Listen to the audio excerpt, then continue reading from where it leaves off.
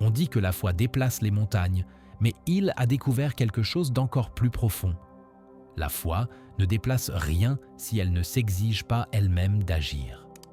Beaucoup lisent cette phrase. Tout ce que l'esprit peut concevoir et croire, il peut l'atteindre. Et ils pensent qu'il s'agit seulement de visualiser, de rêver, d'espérer avec optimisme. Mais Hill l'a laissé clair. Concevoir et croire ne sont pas de simples mots. Ce sont des états de conscience qui requièrent une discipline émotionnelle. C'est pourquoi je te dis, il ne suffit pas de penser positivement. Tu dois t'exiger de croire vraiment, même si ton environnement crie le contraire. Et voici le paradoxe que peu comprennent. La foi ne se sent pas au début. Elle se construit, elle s'entraîne, elle s'exige. Hill l'a appris d'Andrew Carnegie, le magnate qui l'a inspiré à enquêter pendant plus de 2 décennies sur les hommes les plus riches de la planète. Carnegie lui a dit quelque chose qui a changé sa vie. Le secret est de t'obliger à agir comme si tu étais déjà celui que tu désires être jusqu'à ce que ton esprit l'accepte comme une vérité. C'est l'exigence, c'est la foi en action. Parce que l'univers ne répond pas à ce que tu veux, il répond à ce que tu fais déjà. Si tu agis comme une personne abondante, disciplinée, sûre, avec vision, même si ton compte bancaire dit autre chose, l'univers ajustera la réalité à cette identité. Mais si tu attends de te sentir prêt, si tu attends d'avoir des preuves avant de bouger, tu resteras au même point. Il l'a dit sans détour. La foi est le point de départ de toute accumulation de richesses.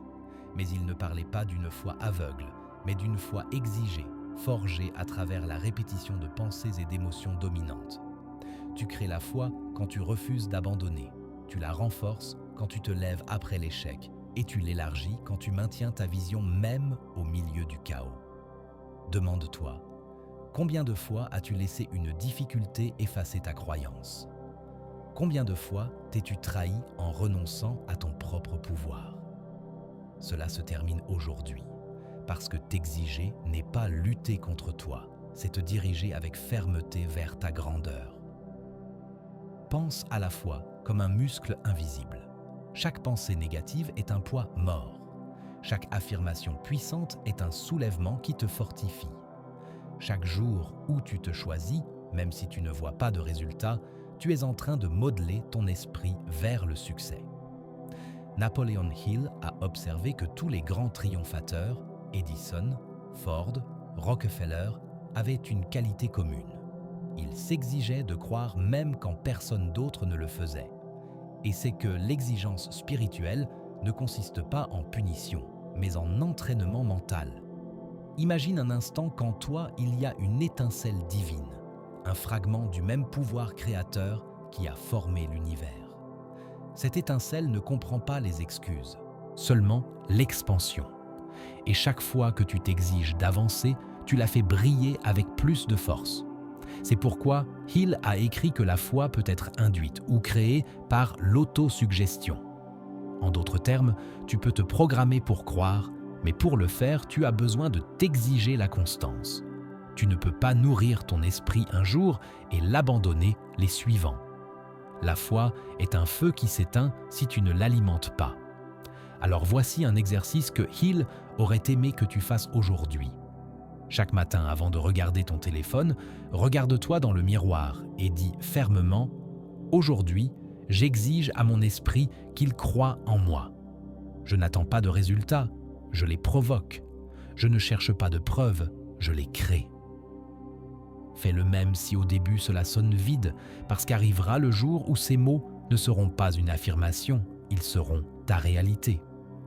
Hill a enseigné que la foi ne s'hérite pas, elle se construit avec l'effort mental de dominer tes pensées.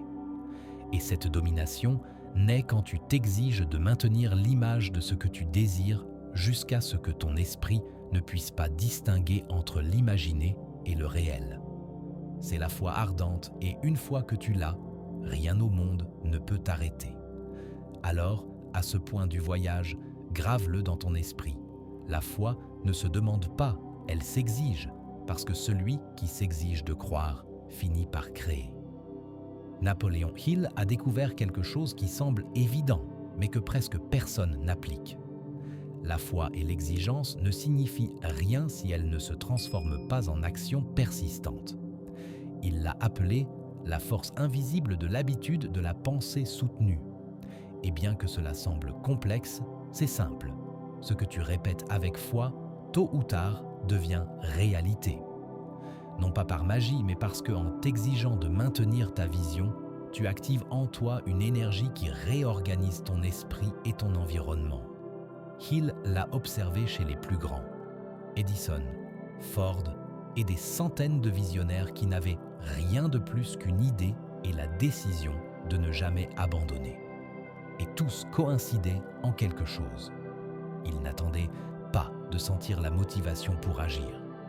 Ils agissaient parce qu'ils avaient décidé de le faire, parce qu'ils s'exigeaient de remplir ce que leur esprit avait décrété. Pense à ça. Combien de fois reportes-tu quelque chose en attendant le moment parfait? Combien de fois sens-tu que tu n'es pas encore prêt? La vérité est que tu ne te sentiras jamais prêt jusqu'à ce que tu commences. L'action crée la foi, pas l'inverse. Il l'a écrit de manière brillante. La persistance est le pouvoir soutenu de la volonté appliquée. En d'autres termes, c'est l'exigence mise en mouvement. Imagine ta vie comme une rivière. Le courant représente le temps et tu peux te laisser entraîner ou ramer contre l'inertie pour le diriger vers tes rêves. La majorité flotte sans direction en espérant la chance, mais ceux qui s'exigent de ramer, même si l'eau s'oppose, finissent par arriver sur le rivage de l'abondance. Sais-tu quel a été le véritable secret d'Edison pour créer l'ampoule? Ce n'était pas son talent, c'était son exigence. Il a échoué plus de 1000 fois, mais il ne s'est jamais permis d'accepter l'échec comme finale. Chaque tentative était une instruction à l'univers. Je ne vais pas m'arrêter jusqu'à y arriver. Cette vibration, celle de l'esprit qui s'exige d'agir sans dépendre de résultats immédiats, c'est celle qui change tout. Il disait que l'esprit subconscient ne distingue pas entre une pensée vécue ou imaginée. C'est pourquoi, chaque fois que tu agis depuis la foi, même si tu ne vois pas de résultat, tu graves dans ton subconscient le modèle du succès. Et une fois que ce modèle se fixe, la réalité ne peut pas résister. Mais il y a quelque chose que Hill a noté et que la plupart oublient.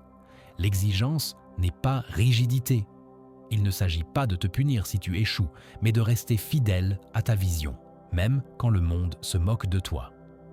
Beaucoup veulent des résultats sans le processus, veulent récolter sans semer, et quand la vie les met à l'épreuve, ils disent « cela ne fonctionne pas ».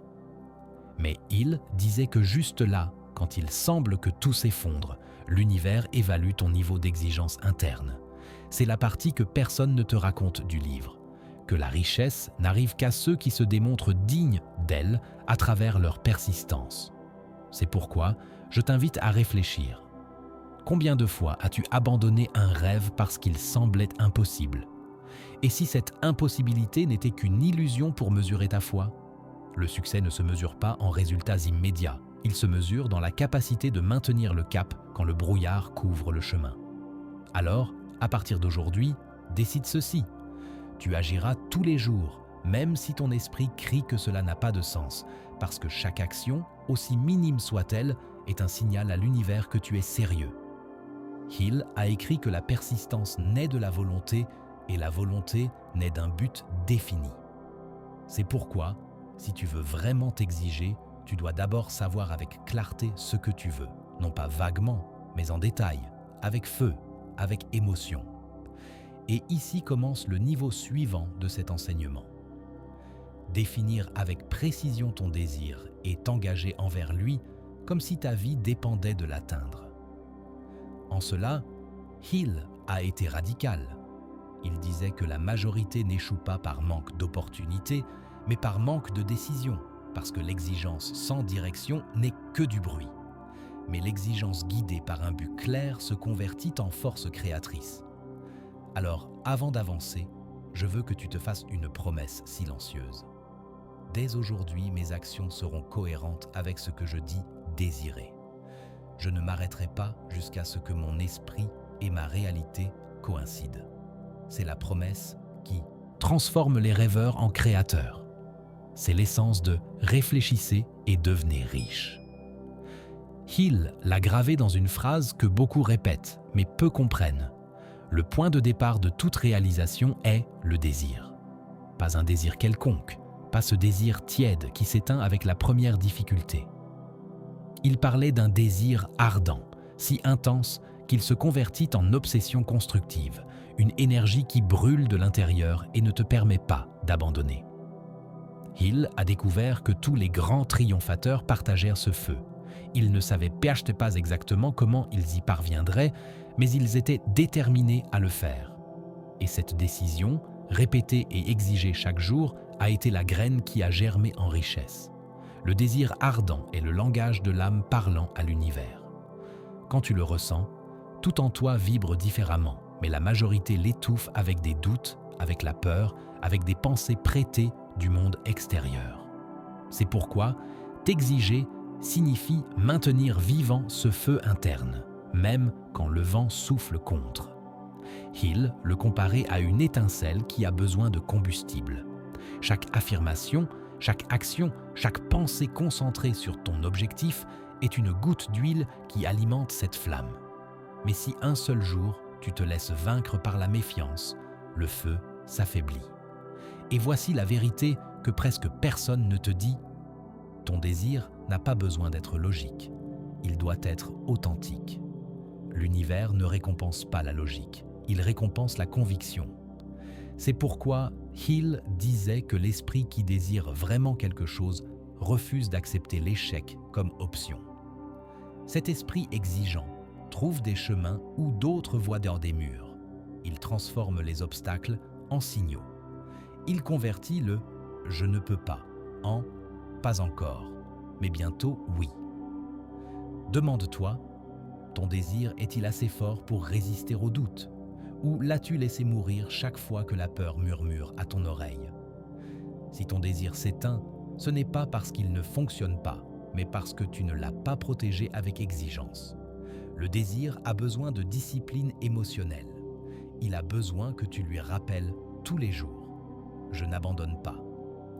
Hill racontait l'histoire d'un homme qui a cherché de l'or pendant des années, en creusant sans relâche jusqu'à ce qu'il abandonne à seulement 3 mètres du filon.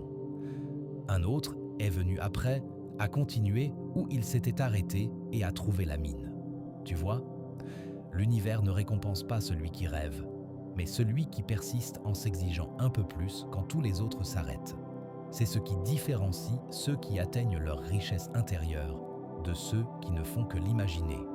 Parce qu'au final, le désir ardent ne concerne pas ce que tu veux avoir, mais qui tu es prêt à être pour l'obtenir. Hill le savait. Pour qu'un désir se matérialise, il doit se convertir en une image claire, détaillée et gravée dans ton esprit. C'est pourquoi, dans sa méthode, il demandait de l'écrire. Oui, l'écrire comme s'il s'agissait d'un contrat avec l'univers. Fais-le toi aussi. Écris avec tes propres mots. Je suis décidé à devenir une personne prospère, abondante et libre. Je m'exige de maintenir vivant mon désir, quelles que soient dans les circonstances. Rien ni personne ne pourra m'écarter de mon but. Lis cela chaque matin et chaque soir. Ne le fais pas par routine. Fais-le avec émotion, avec feu, avec foi. Parce que quand ton esprit commence à entendre ta propre voix lui parler avec conviction, ton subconscient s'aligne avec ton destin. Napoleon Hill disait que les désirs faibles apportent des résultats faibles et que seulement quand le désir devient une obsession positive, l'esprit commence à attirer des opportunités, des personnes et des circonstances qui l'accompagnent vers sa réalisation. C'est la loi invisible qui soutient toute richesse. Ce que tu exiges avec passion finit par se matérialiser, mais il ne suffit pas de le vouloir. Tu dois ardemment l'exiger. Alors, aujourd'hui, je veux que tu le sentes, que ton désir n'est pas un caprice, c'est un appel, que cette idée qui ne te laisse pas dormir n'est pas un hasard. C'est ton but frappant les murs de ton esprit, te demandant de sortir. Hill disait que l'univers répond seulement à l'intensité émotionnelle. Et toi, en t'exigeant de maintenir cette intensité, tu envoies le signal le plus puissant de tous. Je suis prêt, je ne le désire pas, je le décide. Et quand la décision se convertit en décret, l'univers s'incline devant toi. Hill disait que le désir sans plan n'est qu'un rêve, mais qu'un rêve avec but et exigence se convertit en destin. Et ici entre l'un des enseignements les plus puissants de son œuvre, l'autosuggestion, un mot simple qui cache un principe monumental. L'autosuggestion est l'art de parler au subconscient jusqu'à ce qu'il croie que c'est déjà arrivé. C'est enseigner à ton esprit à obéir à tes ordres, pas à tes peurs. Et bien que cela semble magique, c'est de la pure science mentale. Il l'a découvert après avoir étudié pendant 20 ans les hommes les plus réussis de la planète. Tous, sans exception, se répétaient mentalement leur succès avant de l'atteindre. Ils se le disaient jusqu'à ce que leur esprit l'accepte comme vérité. Et quand cela arrivait, l'univers obéissait simplement. Et sais-tu ce qui différencie ces hommes du reste ? Ils s'exigeaient la cohérence émotionnelle. Ils ne le faisaient pas une fois par mois, ils le faisaient chaque jour, avec foi, avec feu, avec intention. Hill l'a exprimé ainsi. Le subconscient agit toujours sur les pensées dominantes. Cela signifie que si ta pensée dominante est la peur, tu attireras plus de peur. Si ta pensée dominante est la richesse, l'abondance te cherchera. Mais voici la clé que personne ne te dit. Tu ne peux pas tromper ton subconscient avec des mots vides. Tu dois sentir ce que tu dis. Tu dois le faire vibrer. C'est pourquoi il insistait tant sur le pouvoir de l'émotion. Il disait que l'émotion est le combustible qui allume la pensée. Sans émotion, les mots ne pénètrent pas le subconscient, mais avec émotion, ils se convertissent en ordre divin. Imagine un moment que ton esprit est un champ fertile. Chaque pensée que tu plantes est une graine. L'autosuggestion est l'acte d'arroser cette graine tous les jours, même si tu ne vois pas encore le germe. Le problème est que la majorité sème un jour et doute le suivant. Et ce doute est comme une pelle qui arrache la graine avant le temps. C'est pourquoi t'exiger mentalement signifie ne pas te permettre de contredire tes propres ordres internes. Si tu dis « je vais prospérer », tu ne peux pas permettre que ton esprit réponde « et si cela ne fonctionne pas ?» Chaque pensée de doute annule 10 affirmations de foi. Hill disait que la foi se construit à travers la répétition consciente. Ce n'est pas quelque chose que tu as ou n'as pas, c'est quelque chose que tu entraînes. Et c'est la beauté de son enseignement. Tu n'as pas besoin de chance, ni de contact, ni de privilèges. Tu as seulement besoin de maîtriser ton dialogue interne. Alors, je veux que tu le pratiques maintenant avec tout ton être. Ferme les yeux et répète mentalement « Je suis en train de créer ma fortune mentale. Mes pensées sont des ordres. Mon esprit travaille en ma faveur. Je m'exige de penser seulement ce que je désire attirer. » Fais-le avec une voix ferme, avec foi, avec la sécurité que l'univers t'écoute parce qu'il le fait. Chaque mot que tu prononces avec émotion est une vibration qui se propage dans le champ invisible et l'univers répond à cette fréquence comme un aimant répond au métal. Il affirmait que le subconscient ne raisonne pas, il obéit seulement. C'est pourquoi tu dois être un gardien de tes pensées. Tu ne peux pas te permettre de semer la peur et espérer récolter la richesse. Tu ne peux pas répéter « je ne peux pas » et espérer pouvoir.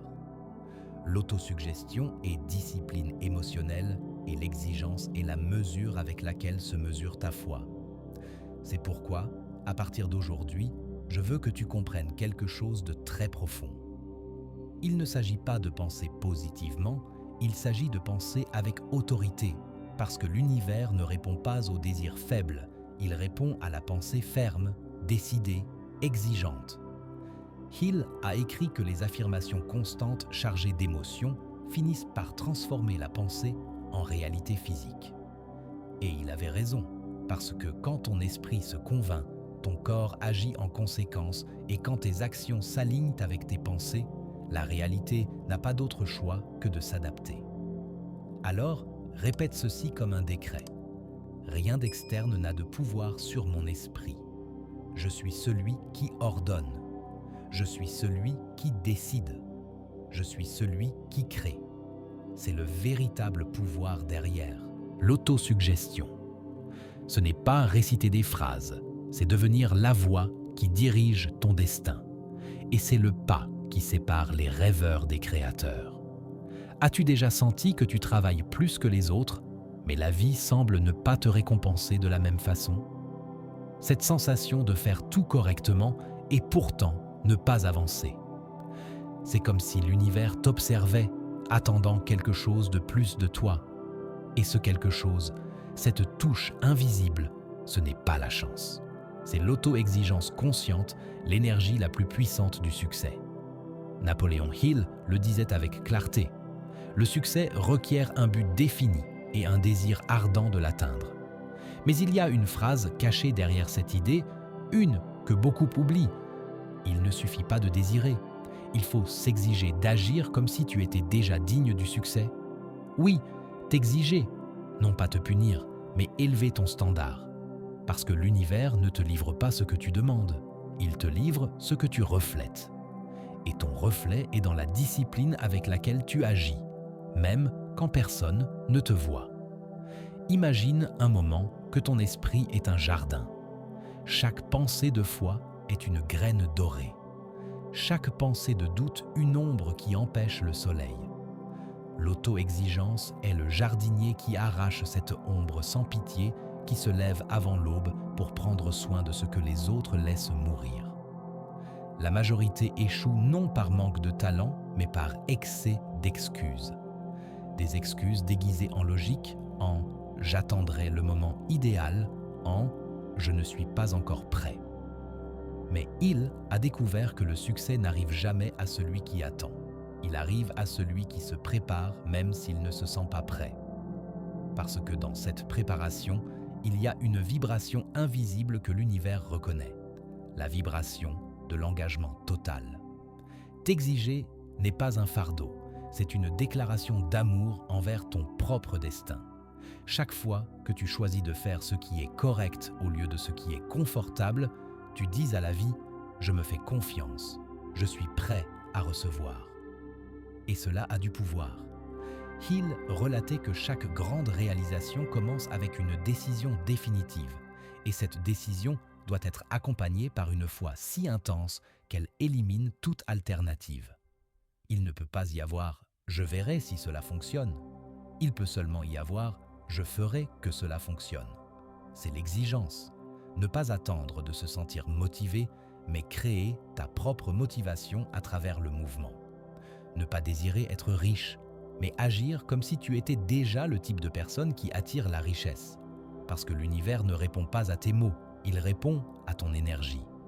Souviens-toi de ceci. Tu ne deviens pas ce que tu rêves, tu deviens ce que tu tolères. Si tu tolères la peur, tu vivras en elle. Si tu tolères la médiocrité, elle t'entourera. Mais si tu t'exiges la grandeur, l'univers n'aura pas d'autre choix que de t'égaler. Je veux que tu regardes en toi et que tu te poses une question sincère. Est-ce que j'agis comme la personne qui mérite ce qu'elle demande? Si la réponse est non, ne te punis pas. Engage-toi simplement parce qu'au moment où tu le fais, l'énergie commence à bouger et cette énergie est richesse dans sa forme la plus pure. L'auto-exigence ne t'éloigne pas du succès, elle te le livre.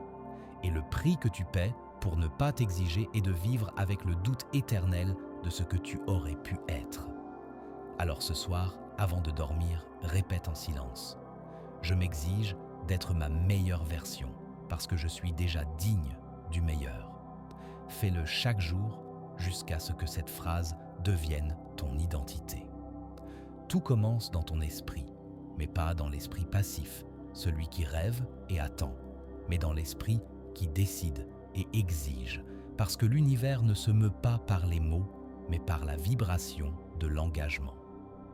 Il le disait avec force, tout ce que l'esprit de l'homme peut concevoir et croire, il peut l'atteindre. Mais peu comprennent la seconde partie. Croire n'est pas une émotion, c'est une pratique quotidienne. T'exiger de croire même quand tu ne vois pas de résultat. T'exiger de maintenir la vision vivante quand tout semble s'effondrer. C'est ce qui sépare les rêveurs des créateurs. Pense à ceci. Quand tu sèmes une graine, tu ne la déterres pas chaque jour pour vérifier si elle pousse. Tu fais confiance, tu l'arroses, tu en prends soin et tu continues ton chemin. Ainsi fonctionne aussi la foi. Et cette foi, soutenue avec discipline, se transforme en force magnétique. Le succès n'arrive pas par surprise, il arrive par vibration. Et cette vibration naît quand tes pensées, tes émotions et tes actions sont alignées dans une seule direction. Quand tu arrêtes de négocier avec tes objectifs et tu agis simplement. Beaucoup veulent la richesse, mais continuent d'agir comme des pauvres. Je ne parle pas d'argent, je parle de mentalité. Un pauvre d'esprit attend que quelque chose d'externe le sauve. Un riche d'esprit s'exige lui-même de devenir la solution. L'exigence n'est pas oppression, c'est une forme de liberté. Parce que quand tu t'exiges, tu cesses de dépendre du hasard, tu cesses de blâmer les autres et tu prends le gouvernail de ton destin. C'est l'essence de « réfléchissez et devenez riche ». Pensez comme le créateur de ton monde. Napoléon Hill a étudié pendant 25 ans les hommes les plus réussis de son époque et a trouvé un modèle que tous partageaient, une décision interne inébranlable. Ils n'étaient pas les plus intelligents ni les plus chanceux. Ils étaient les plus exigeants avec eux-mêmes, ceux qui refusaient d'abandonner, ceux qui n'attendaient pas de permission, ceux qui transformaient le un jour en maintenant. Et je veux que tu te demandes quelque chose. T'exiges-tu suffisamment ou fais-tu seulement le nécessaire pour ne pas sentir de culpabilité? Parce qu'il y a une différence abyssale entre essayer et te donner. L'essai cherche l'approbation. Le don crée des résultats. Quand tu t'exiges, tu découvres une version de toi que tu ne connaissais pas. Un esprit plus ferme, un cœur plus fort, une foi qui ne dépend pas de l'externe. C'est là que la fortune commence à bouger parce que l'univers ne te donne pas ce que tu demandes, mais ce que tu égales en énergie. Et l'énergie de l'exigence est irrésistible pour l'abondance. Imagine maintenant que tu es devant un miroir. Regarde-toi avec honnêteté, non pas comme quelqu'un qui se juge, mais comme quelqu'un qui se rappelle son pouvoir. Dis, je n'accepterai plus moins que ce que je suis capable de créer. Cette phrase dite avec conviction change ta fréquence, et quand ta fréquence change, ta réalité change. Napoléon Hill le résume ainsi. La persistance est au caractère ce que le carbone est à l'acier. Sans pression, il n'y a pas de force. Sans exigence, il n'y a pas d'évolution. Et sans évolution, il n'y a pas de fortune durable. Alors, commence aujourd'hui. Commence maintenant. Fais ce que tu sais que tu dois faire, même si tu n'en as pas envie, parce que l'émotion arrive après l'action et la richesse arrive après l'engagement. La majorité des personnes n'échouent pas par manque d'opportunités. Elles échouent parce qu'elles ne supportent pas le poids de l'exigence. Parce que quand la vie les met à l'épreuve, elles reculent, juste quand l'univers était sur le point d'ouvrir la porte. Napoléon Hill l'a laissé clair. Chaque adversité, chaque échec, chaque douleur porte avec elle la graine d'un bénéfice équivalent ou supérieur. Tu vois, l'obstacle n'est pas là pour t'arrêter. Il est là pour te calibrer, pour savoir si tu es vraiment engagé avec ce que tu dis désirer. L'univers te mesure par ta réaction face à la difficulté, non pas par tes mots, mais par ta persévérance. Et c'est là qu'entre l'auto-exigence, non pas comme un fouet, mais comme un feu qui te rappelle qui tu es. Quand tu t'exiges, tu transformes le « je ne peux pas » en « je vais le faire de toute façon ». Et ce changement interne change tout, parce que l'énergie du succès ne se nourrit pas de confort, mais de défis. Chaque jour où tu fais ce qui est difficile, tu deviens un aimant pour les opportunités. Pense au grand. à Edison, qui a échoué plus de 1000 fois avant d'inventer l'ampoule. Hill raconte que quand on lui a demandé s'il ne se sentait pas frustré, il a répondu « Je n'ai pas échoué 1000 fois, j'ai découvert 1000 façons qui ne fonctionnaient pas. » Comprends-tu la mentalité ? Il ne s'agit pas d'éviter l'échec, il s'agit de t'exiger de continuer à avancer, même quand cela fait mal. La douleur n'est pas une punition, c'est un signal de croissance. Chaque muscle se fortifie seulement quand il est soumis à la résistance. Et il en va de même pour ton esprit, pour ton âme, pour ton but. Beaucoup de gens fuient l'inconfort sans savoir que l'inconfort est le seuil vers le succès. Hill le disait ainsi. Le point de rupture de la majorité des hommes arrive juste avant le triomphe. C'est pourquoi celui qui s'exige un peu plus quand les autres abandonnent finit par conquérir l'impossible. Demande-toi jusqu'où es-tu prêt à aller pour ce que tu dis que tu veux, parce que ton niveau d'exigence définit ton niveau de fortune. La richesse n'arrive pas par accident, elle arrive par alignement. Et tu t'alignes seulement avec l'abondance quand tu démontres que tu es prêt à soutenir son poids. Oui, la fortune a du poids de responsabilité, de cohérence, de foi. N'importe qui ne peut pas la soutenir. C'est pourquoi l'univers d'abord te teste, te polit, te vide pour voir si tu es capable de rester fidèle à ta vision quand il n'y a pas de résultat en vue. Chaque défi que tu affrontes ne te punit pas, il t'entraîne. Ton exigence est ta salle de sport spirituelle. Là, tu forges le caractère, la discipline et la certitude qui soutiendront ton succès. Et je veux que tu graves ceci. L'univers ne te nie jamais ce que tu demandes. Il attend seulement que tu deviennes celui qui peut le recevoir. C'est pourquoi, chaque fois que tu t'exiges un peu plus, tu dis à l'univers « Je suis prêt ». Je suis déjà le type de personne qui peut le gérer. Oui, l'échec cesse de faire mal et commence à avoir du sens parce que tu comprends que chaque chute te rapproche plus de l'or caché derrière l'effort. Et quand tu te rends compte de cela, il n'y a plus de retour en arrière. Tu cesses de chercher des chemins faciles et tu commences à créer ton propre chemin. Hill a écrit « Un esprit décidé n'est jamais vaincu ». Et tu as déjà décidé, n'est-ce pas ? Tout succès commence avec une décision interne. Ne rien accepter de moins que ce que tu sais que tu mérites. C'est la racine de l'auto-exigence. C'est la différence entre celui qui attend et celui qui provoque son destin. Hill le disait sans détour. Le point de départ de toute réalisation est le désir, mais le désir sans exigence se flétrit. C'est comme une bougie allumée au vent, belle pour un instant, mais facile à éteindre. C'est pourquoi le désir doit se protéger avec discipline.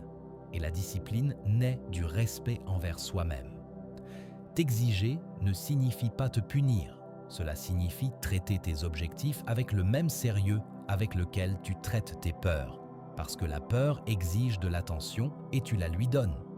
Maintenant, donne la même attention à ton but. Pense à ton quotidien. Chaque fois que tu dis « demain », tu reportes ton pouvoir. Chaque fois que tu choisis le confort, tu retardes ton destin. Et non pas parce que la vie te punit, mais parce que l'univers répond à l'énergie que tu soutiens. Et l'énergie de l'ajournement est la négation du désir. Napoleon Hill a observé quelque chose de fascinant. Les hommes les plus riches n'étaient pas les plus intelligents, mais les plus déterminés. C'étaient ceux qui décidaient d'agir même sans avoir tout clair, parce qu'ils comprenaient que la clarté arrive en marchant, pas en attendant. Et là est le secret que peu appliquent. L'exigence te pousse à avancer même quand la logique dit « attends ». Le succès n'appartient pas à celui qui sait le plus, mais à celui qui bouge le plus, parce que bouger est une déclaration de foi.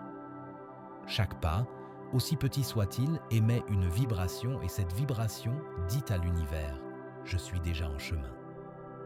Maintenant, arrête-toi une seconde et sens ceci. Chaque fois que tu tiens ta parole, même si c'est une petite promesse, tu es en train de modeler ton destin. Tu envoies un signal invisible de cohérence et l'univers ne fait confiance qu'à la cohérence. C'est pourquoi, quand tu t'exiges Tu deviens magnétique parce que tu n'as plus besoin de démontrer quoi que ce soit, tu es simplement l'énergie de ce que tu attires. Et cette cohérence est ce qui ouvre les portes, pas les mots, pas les désirs, la cohérence vibrationnelle. Imagine que ton esprit est un aimant. Chaque pensée forte et soutenue génère un champ invisible et ce champ attire personne, opportunité, idée.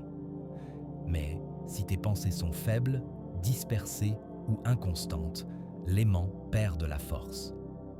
L'exigence mentale, cette décision de maintenir la concentration sans abandonner, c'est ce qui le charge de pouvoir.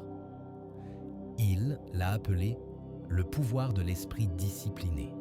Il a dit que la richesse n'arrive pas à ceux qui la cherchent occasionnellement, mais à ceux qui l'exigent avec but et foi.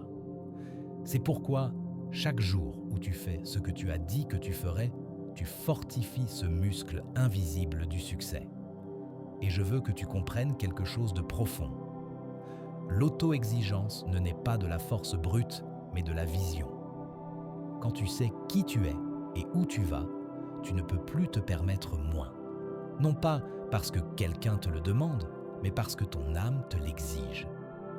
Alors, aujourd'hui, regarde-toi dans le miroir de ta conscience et dis-toi « Je suis prêt à m'exiger le nécessaire pour devenir qui je dois être ». Cette déclaration change ta fréquence et tout ce qui vibre pareil commence à se mouvoir vers toi. Parce que la loi de l'attraction ne répond pas au désir superficiel, mais à l'énergie profonde de l'identité. Et ton identité se définit par ce que tu t'exiges chaque jour. N'attends pas de motivation, n'attends pas de signaux. Sois toi le signal. Sois toi la preuve vivante que l'engagement déplace des montagnes invisibles. Sais-tu quel est le plus grand acte d'amour-propre ? Accomplir ce que tu as dit que tu allais faire, même quand personne ne t'observe. C'est l'exigence, c'est le respect pour ta parole, pour ta vision, pour ton pouvoir. Napoléon Hill a découvert que le dénominateur commun des grands triomphateurs n'était pas la chance, ni même l'intelligence, mais la capacité de rester fidèles à leur but quand tous les autres abandonnaient. Parce que le succès n'arrive pas dans un instant glorieux, il arrive dans les petits actes invisibles de cohérence. Chaque jour où tu accomplis, même si le résultat semble distant, tu reprogrammes ton esprit pour le triomphe. Pense à l'acier. Il ne naît pas fort. Il doit passer par le feu, être frappé, refroidi et moulé encore et encore. Ainsi se forge aussi ton caractère quand tu t'exiges plus que ce que tu croyais possible. Le feu ne détruit pas l'acier. Il le purifie et l'exigence ne t'affaiblit pas, elle te révèle. Il disait « Un esprit qui a été touché par la foi ne retourne jamais à sa taille originale ». Cela signifie que quand tu commences à t'exiger depuis la foi, non pas depuis la peur, mais depuis la conviction, tu ne peux plus revenir en arrière parce que l'âme qui réveille son pouvoir devient insatiable d'expansion. Maintenant, demande-toi, tiens-tu les promesses que tu t'es faites à toi-même? Pas celles que tu as faites aux autres, mais les tiennes. Parce que la richesse ne se construit pas seulement avec la vision, mais avec l'intégrité interne. Imagine-toi marchant dans une forêt obscure. La majorité s'arrête parce qu'elle ne voit pas la fin du chemin. Mais toi, tu allumes ta lanterne intérieure. Tu ne vois pas tout, mais tu vois le pas suivant. Et ce pas suffit pour avancer. C'est l'essence de l'exigence. Continuer à marcher avec foi, même quand le destin est encore dans la pénombre. La discipline, disait Hill, est l'alchimie qui convertit le désir en or. Chaque pensée contrôlée, chaque émotion dominée, chaque action soutenue est un grain d'or dans la banque de ton destin. Et arrive un jour où cet or intérieur se traduit en résultats externes. Argent, opportunité, reconnaissance. Mais le véritable trésor n'est pas ce que tu obtiens, mais en qui tu te convertis pendant que tu t'exiges. Alors, ne crains pas la fatigue, ne crains pas le silence, ne crains pas le processus. Crains seulement de te conformer à moins que ce que tu sais que tu peux être. Parce que, pendant que tu t'exiges, tu es en train de tailler ta propre grandeur. Et quand l'esprit s'habitue à accomplir, l'univers s'habitue à récompenser. Napoléon Hill l'a résumé avec une phrase qui semble simple, mais c'est un code spirituel. L'effort constant libère le pouvoir de l'esprit infini. C'est la clé. Le pouvoir ne s'invoque pas avec des mots, il se libère avec constance. Et la constance naît seulement de l'exigence. Exige-toi non pas pour démontrer quelque chose, mais pour te rappeler qui tu es en réalité. Parce que quand tu t'en souviens, la fortune ne peut pas résister à te trouver. Il y a une vérité que presque personne ne te dit. Tu n'as pas besoin de motivation pour changer ta vie. Tu as besoin de décision. La motivation monte et descend. La décision demeure. Et quand tu t'exiges, tu cesses de dépendre de l'humeur et tu commences à vivre depuis l'identité. Il disait, quand l'esprit d'un homme est décidé, son destin change dans cet instant même, parce que l'exigence n'attend pas de conditions parfaites, elle les crée. Elle ne se demande pas « puis-je » mais « comment vais-je le faire ?» Et ce changement de question est ce qui sépare les rêveurs des réalisateurs. Le succès n'est pas un coup de chance, c'est une conséquence d'énergie accumulée. Chaque fois que tu choisis l'effort plutôt que l'excuse, tu accumules de la force invisible. Cette force se convertit en vibration. Cette vibration se convertit en résultat. L'univers te répond exactement avec l'intensité avec laquelle tu t'exiges. Mais bien sûr, cette intensité a un prix que beaucoup ne veulent pas payer. Le prix de te lever quand personne ne t'applaudit. Le prix de continuer à croire quand tout semble contre toi. Le prix de maintenir ta vision vivante quand les autres l'appellent folie. Et là est le filtre.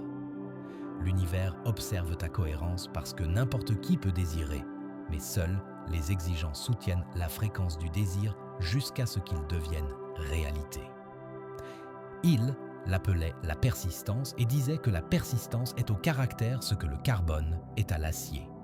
Sans elle, tu te brises. Avec elle, tu deviens indestructible. Chaque fois que tu décides d'avancer, même si c'est un petit pas, tu es en train d'enseigner à ton esprit que c'est toi qui commandes, pas tes émotions. Et c'est la base du pouvoir personnel, parce que le subconscient n'obéit pas à tes intentions, il obéit à tes actions répétées. Si tu répètes discipline, il crée succès.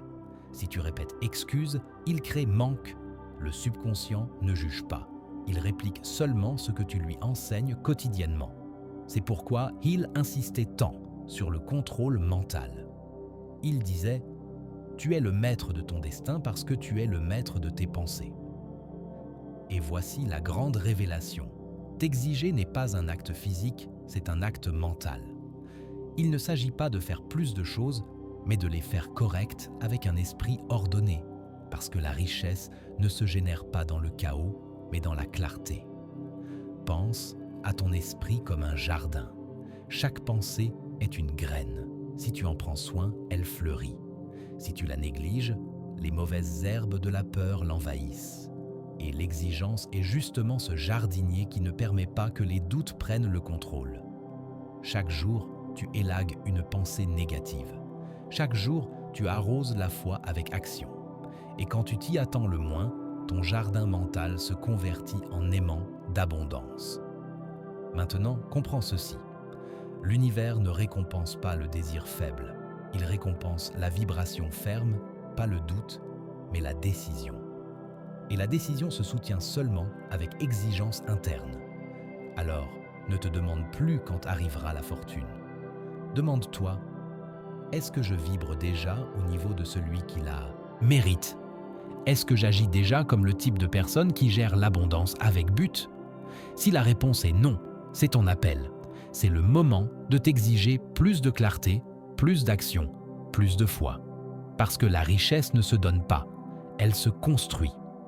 Et elle se construit avec des pensées exigeantes, des actions cohérentes et une foi inébranlable.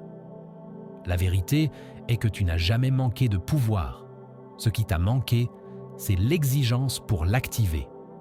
Aujourd'hui, c'est différent.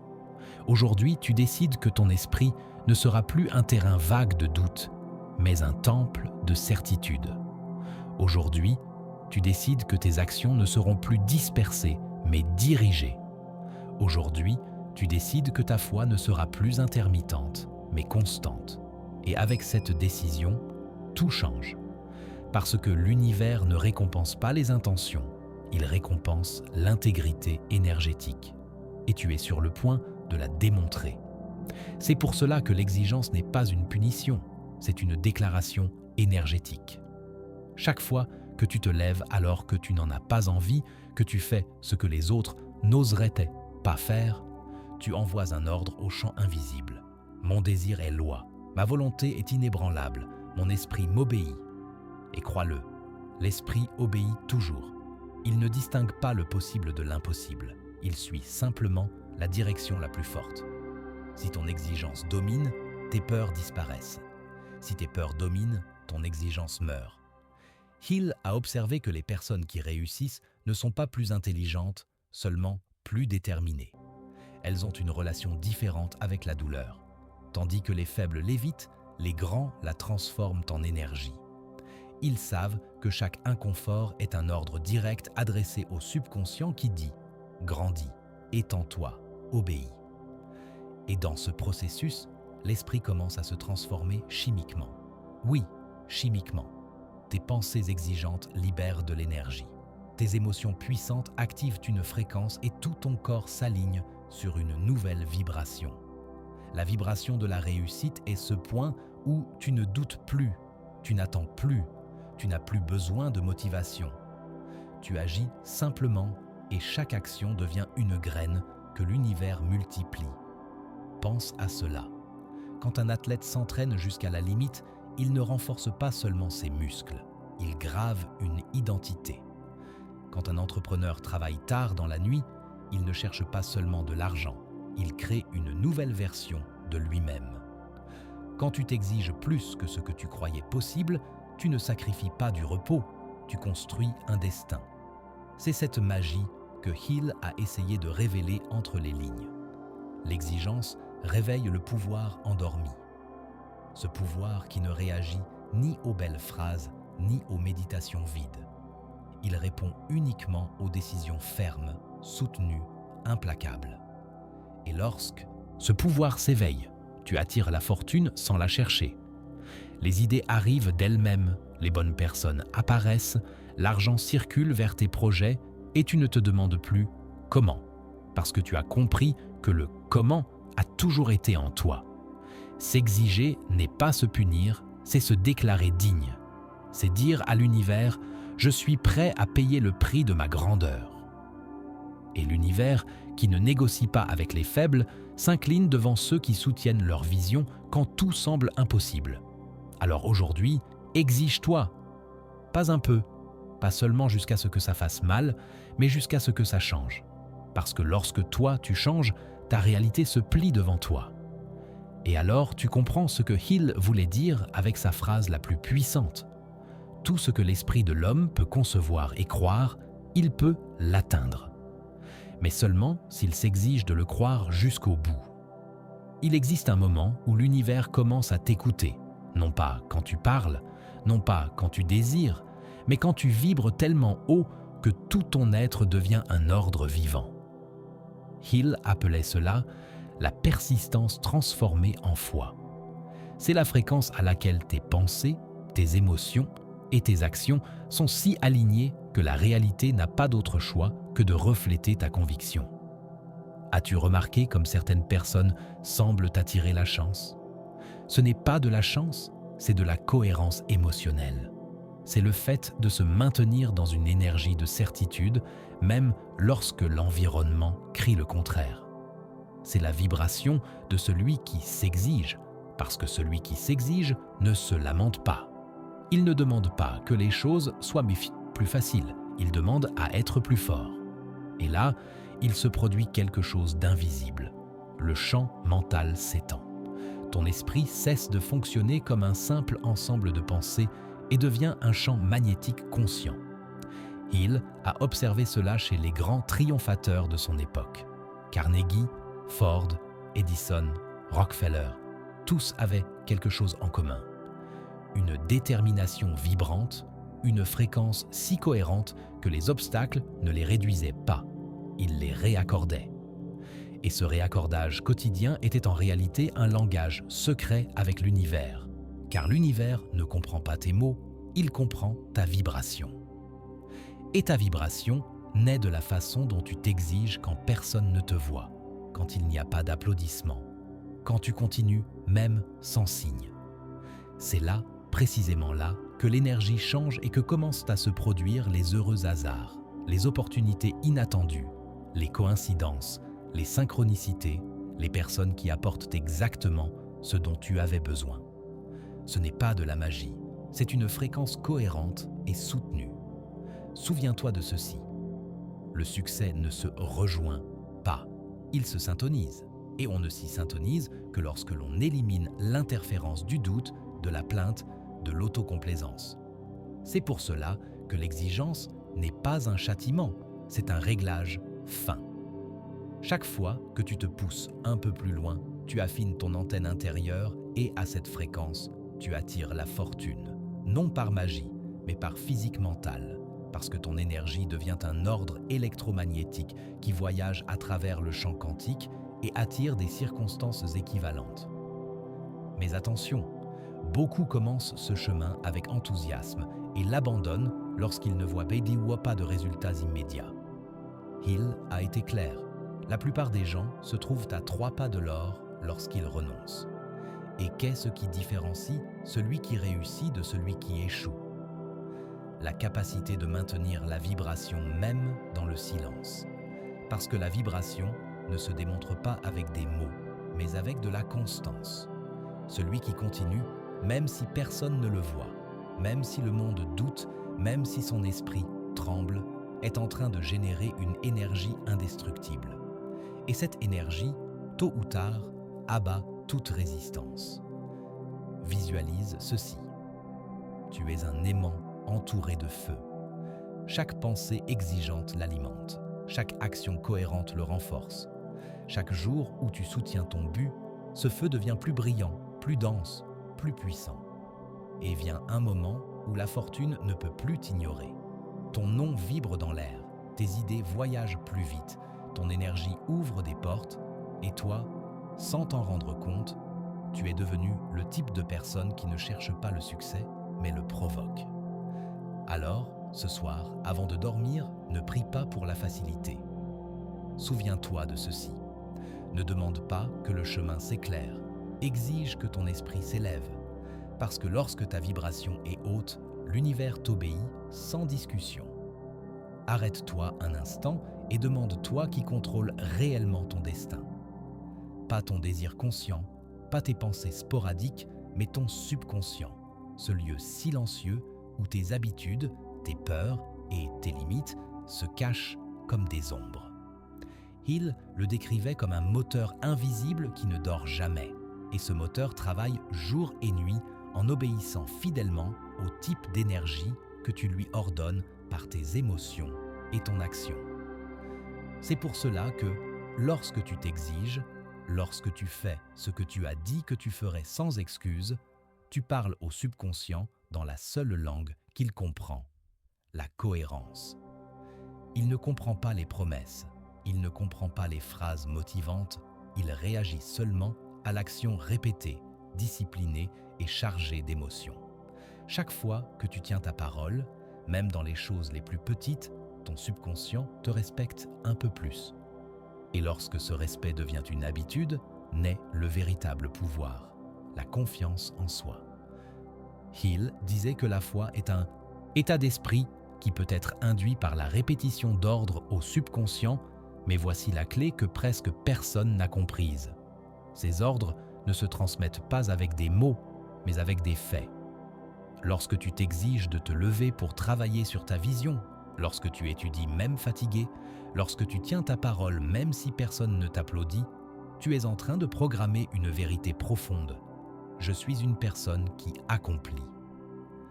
Et cette phrase gravée dans ton esprit le plus profond a plus de pouvoir que 1000 affirmations devant le miroir. parce que ton subconscient ne cherche pas ce que tu désires, il reproduit ce que tu crois. Et tu ne crois en toi que lorsque tu te démontres que tu es digne de ta propre parole. C'est le cercle magique des gagnants. Exigence, action, respect, confiance, pouvoir. Observe ce schéma chez tous les grands que Hill a étudiés. Edison a échoué 1000 fois, mais son exigence a transformé chaque tentative en un signal pour le subconscient qu'il était impossible d'abandonner. Ford a été ridiculisé, mais sa persistance a gravé dans son esprit que le monde finirait par accepter sa vision. Et Carnegie, l'homme qui a inspiré le livre, répétait que la richesse ne vient qu'à celui qui devient le type de personne capable de la gérer. C'est là l'enseignement caché derrière tout cela. Tu n'attires pas ce que tu désires, tu attires ce que tu es. Et tu ne deviens quelqu'un de puissant que lorsque tu t'exiges plus que ce que ton esprit croit possible. Chaque exigence est un ciseau qui sculpte ton identité. Chaque jour où tu choisis l'effort plutôt que le confort, le subconscient réécrit ton destin. Et arrive un point où la force de l'habitude dépasse la faiblesse du désir. Alors, tu n'as plus besoin de motivation, parce que la discipline devient un plaisir et ce qui semblait impossible commence à couler comme si cela t'avait toujours été destiné. Car le subconscient, une fois entraîné, travaille pour toi pendant que tu dors. Visualise ceci, ton esprit comme un jardin. Chaque pensée exigeante est une graine. Chaque action cohérente est de l'eau. Chaque jour de persistance est du soleil. Et peu à peu, le terrain fertile de ton subconscient se remplit de racines de certitude, de foi, d'abondance. Lorsque cette racine est forte, aucune tempête ne peut l'arracher. Et c'est la raison pour laquelle certains semblent bénis. Ils ne le sont pas. Ils ont simplement entraîné leur esprit à leur obéir. Alors aujourd'hui, exige le respect de ton subconscient. Fais ce que tu as dit que tu ferais. Honore ce que tu as promis. Et lui, en silence, commencera à te construire un nouveau destin. Parce que souviens-toi, l'univers se met en mouvement lorsque ton esprit s'ordonne. Et ton esprit ne s'ordonne que lorsque tu t'exiges. Hill a découvert un principe que très peu ont compris dans toute son ampleur. Aucun grand accomplissement n'a été le produit d'un seul homme. Mais il ne parlait pas seulement de travail d'équipe. Il évoquait quelque chose de plus profond, presque mystique, un esprit collectif invisible, une énergie qui se forme lorsque deux personnes ou plus s'unissent avec un but de haute vibration. Quand tu t'exiges, tu t'élèves. Et lorsque tu t'élèves, tu attires d'autres personnes qui vibrent à la même fréquence. Ton exigence ne transforme pas seulement ta vie, elle crée une sorte de champ magnétique qui attire des alliés, des mentors et des opportunités qui dormaient en attente de ton activation. Hill appelait cela l'esprit maître et affirmait que ceux qui le réveillent multiplient leur pouvoir mental jusqu'à un niveau impossible à atteindre seul. C'est comme si une étincelle intérieure s'allumait et se connectait à d'autres étincelles dans le monde, créant un feu commun, un feu de but. C'est pour cela que les grands visionnaires semblent toujours rencontrer les bonnes personnes au bon moment. Ce n'est pas une coïncidence, c'est une vibration, le reflet de leur niveau d'exigence. Car personne de médiocre n'attire un maître, personne de tiède n'attire le succès. L'univers unit les exigeants entre eux. Lorsque tu décides de vivre avec discipline, ta fréquence se purifie, ton esprit devient clair, décidé, aiguisé, et les personnes qui vivent dans l'indécision ne s'accordent plus avec ton champ. C'est comme si ton énergie faisait une sélection naturelle. Ne restent que ceux qui sont eux aussi disposés à s'exiger. C'est là que commence la vraie croissance, lorsque tes pensées se fusionnent avec celles d'autres personnes qui recherchent la même chose, lorsque la vision individuelle se transforme en force collective. Alors, l'univers agit comme un pont. De nouvelles idées apparaissent, des solutions surgissent de lieux inattendus, et la vitesse de manifestation se multiplie. Hill affirmait que ce principe était le secret des plus grandes fortunes du monde. Les magnates qu'il a étudiés n'avaient pas seulement de la détermination, ils s'entouraient d'esprits qui vibraient comme eux. Ce réseau invisible était leur source de pouvoir. Et voici la partie magique. L'esprit maître ne s'active pas seulement avec des personnes, mais aussi avec des idées, des livres, de l'énergie spirituelle. Chaque fois que tu te connectes profondément à une pensée de grandeur, tu t'unis à la conscience de ceux qui l'ont aussi pensé. Tu deviens partie d'un courant universel de sagesse. Ainsi, lorsque tu étudies, lorsque tu médites, lorsque tu travailles avec intention, tu nourris ce réseau et plus tu t'exiges, plus forte devient ta connexion. L'esprit maître ne se cherche pas, il se mérite. Il ne se manifeste qu'à ceux qui vibrent haut, qui vivent avec un but, qui soutiennent leur vision même lorsque leur entourage ne la comprend pas. Car l'esprit maître n'est pas un simple groupe de personnes, c'est une fréquence de pouvoir. Et lorsque tu y entres, les idées ne semblent plus être les tiennes. Ce sont des téléchargements, des intuitions, des visions qui arrivent comme des murmures de l'univers. Le plan parfait apparaît, les pièces s'emboîtent, le chemin s'éclaircit. C'est pour cela que celui qui s'exige ne marche jamais seul. Même s'il semble être en silence, l'univers entier marche avec lui. Aujourd'hui, exige de toi le niveau de concentration qui te permet de te connecter à cette intelligence invisible. Parle moins, ressens davantage, agis davantage et répète mentalement « Je m'exige jusqu'à ce que l'esprit maître me trouve ». Parce que lorsqu'il le fera, ta vie ne sera plus jamais la même. Le flux d'opportunités sera si constant que tu comprendras la vérité. Le succès ne se poursuit pas, il se convoque. Savais-tu que le même feu qui détruit peut aussi forger l'acier ? Ainsi sont tes émotions. Celles qui aujourd'hui te semblent être tes ennemis, la peur, le doute, la frustration, peuvent devenir les forces les plus puissantes de ta réussite si tu apprends à les diriger. Hill a découvert quelque chose de révolutionnaire. Il n'y a pas d'émotions négatives, seulement des énergies mal canalisées. La peur, par exemple, est une pure énergie vitale, mais lorsque tu n'as ni but ni exigence, cette énergie te consume. Quand tu les as, cette même énergie se transforme en élan. La peur d'échouer peut se transformer en fin de triomphe. Le doute peut devenir curiosité.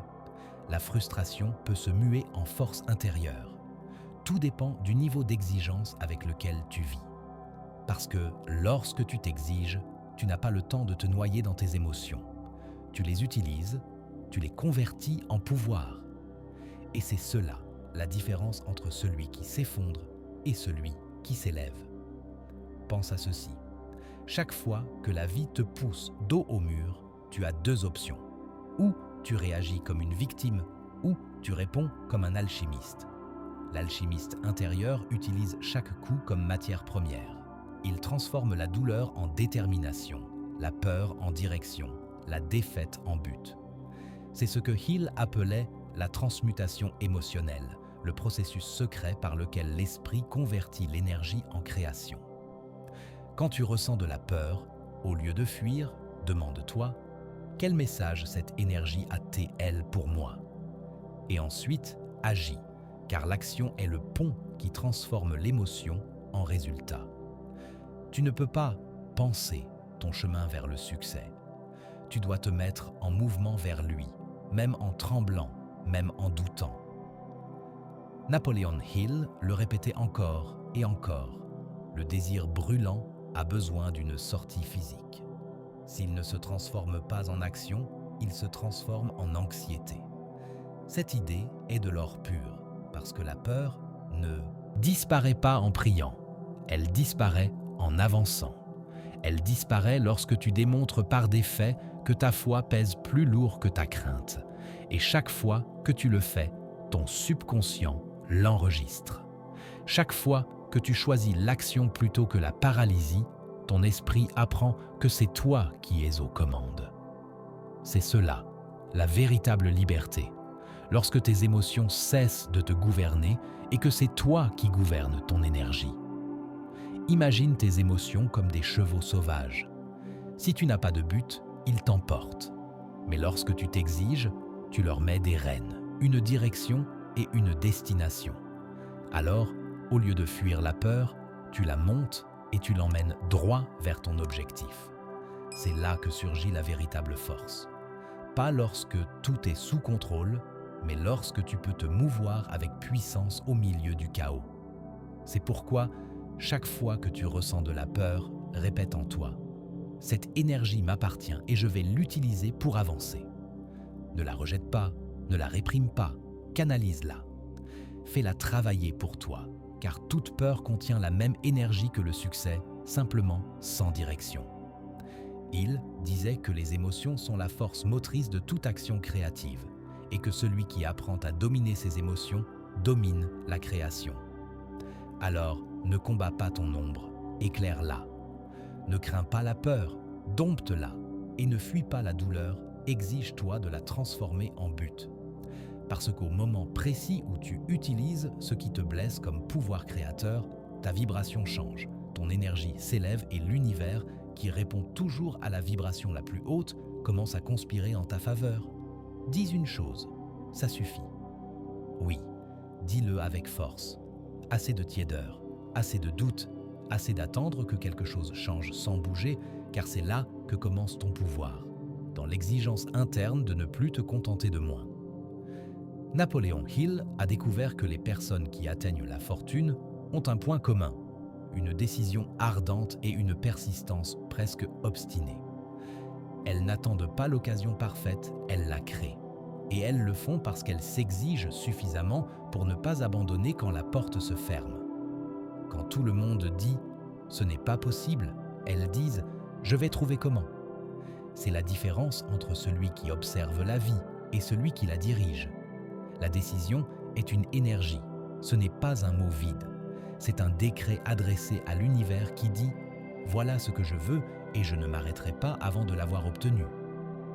Il l'illustre avec une histoire puissante, celle d'un jeune homme qui brûla ses bateaux après avoir débarqué avec ses hommes. Il n'y avait pas de retour possible, gagner ou mourir. Et devine quoi? Il a gagné. Parce que lorsque tu élimines l'option de renoncer, le subconscient se transforme en une armée qui travaille jour et nuit pour trouver la sortie. Toi aussi, tu dois brûler tes bateaux mentaux. Gardes-tu encore un « au cas où » une excuse à moitié construite pour justifier l'échec? Cela te vole de la force, cela te divise. Tu ne peux pas avancer vers le succès tout en restant accroché à la peur de perdre. Exige de toi la décision, exige de toi la clarté, exige de toi le courage. L'indécision est le poison des rêveurs et la détermination est le feu qui les transforme en créateurs. Regarde autour de toi.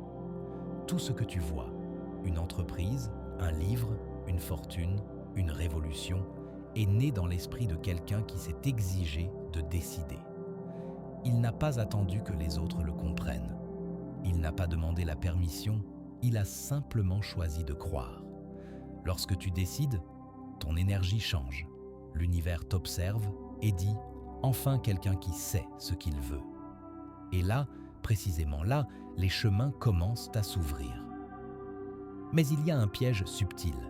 La majorité décide seulement avec des mots, pas avec des actes. Ils disent « je vais le faire », mais ne bouge pas. L'esprit ne respecte pas les promesses vides, il répond seulement aux actes. Alors, engage-toi par des faits. Que chaque jour soit une preuve que ta décision est réelle. Hill le répète, celui qui prend une décision rapide et ferme est celui qui obtient le plus de choses dans la vie.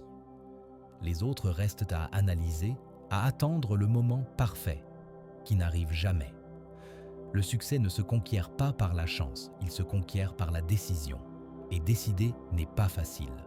Cela exige de toi que tu t'exiges jusqu'au point de l'inconfort, de la peur, du lâcher-prise de ce qui est connu. Mais c'est là que naît le véritable pouvoir. Fais-le maintenant. Décide ce que tu veux, écris-le, déclare-le. sens que l'univers est déjà en train de le préparer pour toi. Parce que la fortune, crois-le, ne vient pas à ceux qui doutent, mais à ceux qui exigent avec détermination leur place dans la vie. Et maintenant, pose-toi cette question. Est-ce que je décide à partir de la foi ou à partir de la peur? Cette seule réponse déterminera la taille de ton destin. L'univers ne répond pas à tes désirs, il répond à ta fréquence. Et ta fréquence ne s'élève que lorsque tu t'exiges de garder la flamme allumée, même lorsque tout semble s'éteindre. Napoléon Hill le répète encore et encore dans Piens y hagas Rico. La persistance est le muscle invisible du succès. Sans elle, n'importe quel rêve se dissout. Avec elle, même l'impossible s'incline devant toi. Mais voici le secret que peu appliquent. La persistance ne naît pas de la motivation, mais de la décision. La majorité attend de se sentir inspiré pour agir. Les gagnants agissent même quand ils n'en ont pas envie. C'est ça, s'exiger. C'est ça, la discipline mentale. Écoute ceci. Chaque fois que tu choisis d'avancer lorsque la voix interne te dit « arrête », tu es en train de reprogrammer ton esprit pour la victoire. Chaque jour où tu fais ce que tu as dit que tu ferais, même sans voir de résultat, l'univers note « cette personne est prête à recevoir davantage ». Et c'est là que la fortune commence à tourner en ta faveur. Non parce qu'elle tombe du ciel, mais parce que tu es devenu quelqu'un qui ne renonce plus. Hill a étudié plus de 500 des personnes les plus riches de son époque. Sais-tu ce qu'il a découvert? Qu'elles étaient toutes passées par une étape de désespoir avant le succès. Toutes. Le point où n'importe qui d'autre aurait abandonné a été le même où elles se sont exigées un peu plus. C'est ce seuil qui sépare les rêveurs des créateurs, le moment où le monde te met à l'épreuve et te demande « Le veux-tu vraiment ?» Si tu réponds par l'action, si tu restes ferme quand personne ne croit en toi, tu envoies un signal inébranlable. Je ne m'arrêterai pas. Et la vie, face à cette énergie, se rend. Persister, ce n'est pas seulement résister, c'est faire confiance. C'est avancer avec la certitude que chaque effort est vu, compté, multiplié. C'est regarder l'obstacle et dire « merci de me rendre plus fort ». L'erreur de beaucoup est de renoncer juste avant le tournant. Il l'a illustré avec l'histoire du maître d'or qu'on abandonne trop tôt. Un homme qui cherchait une veine d'or s'est arrêté et vendu tout son matériel, et le mineur suivant a trouvé la fortune à quelques pas de là où il s'était arrêté. Combien de fois t'est-il arrivé la même chose dans ta vie? Abandonner un projet, un objectif, un rêve, sans savoir que tu étais à quelques centimètres de le voir fleurir. C'est pour cela que, aujourd'hui, il faut te dire, ne lâche pas la pioche. Si quelque chose en toi vibre, si tu sens que ce chemin est le tien, continue, même si ça fait mal, même si ça prend du temps, même si personne ne comprend. Parce que la vie récompense ceux qui s'exigent de rester allumés. Et lorsque tu franchis cette ligne, quelque chose de magique se produit. Tu n'as plus besoin que le monde te pousse, tu deviens inarrêtable. Ton esprit s'aligne sur l'abondance et tout commence à circuler. Persister, c'est aimer ce que tu ne vois pas encore, mais que tu sais exister. C'est avoir la foi des constructeurs de destin. Exige-toi de ne pas abandonner. Exige-toi de continuer, car ta persistance d'aujourd'hui sera l'or que tous admireront demain.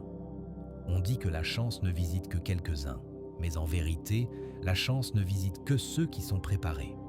Et la préparation n'est rien d'autre que le résultat d'une habitude invisible, la persistance consciente.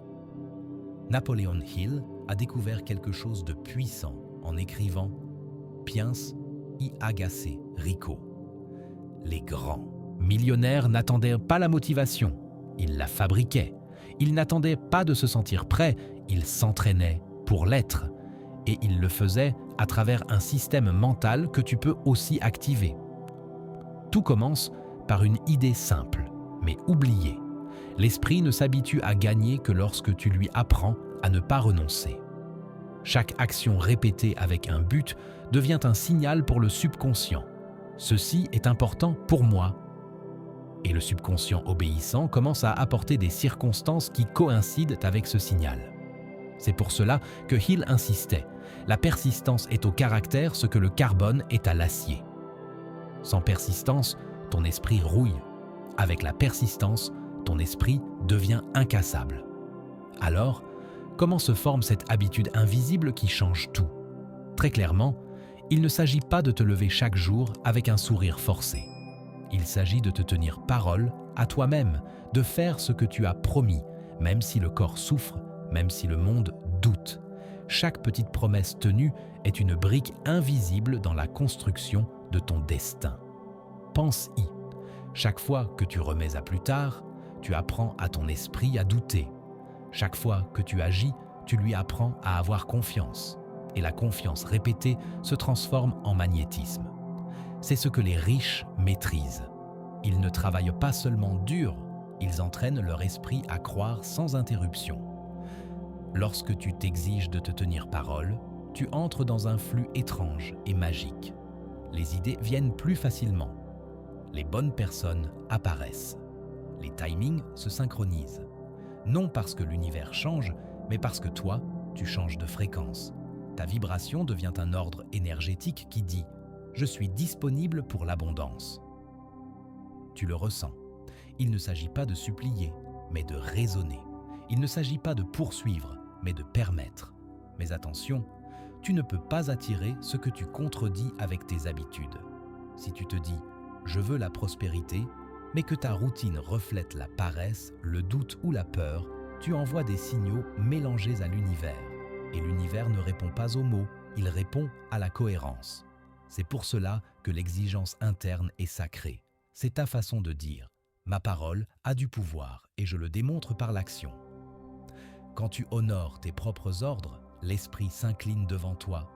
Tu n'es plus esclave de ton humeur, tu en deviens le commandant.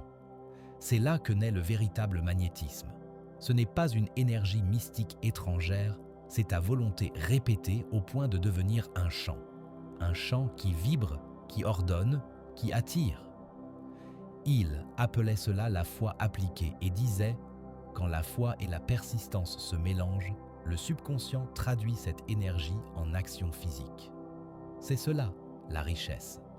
C'est cela, créer. Alors grave. Le en toi.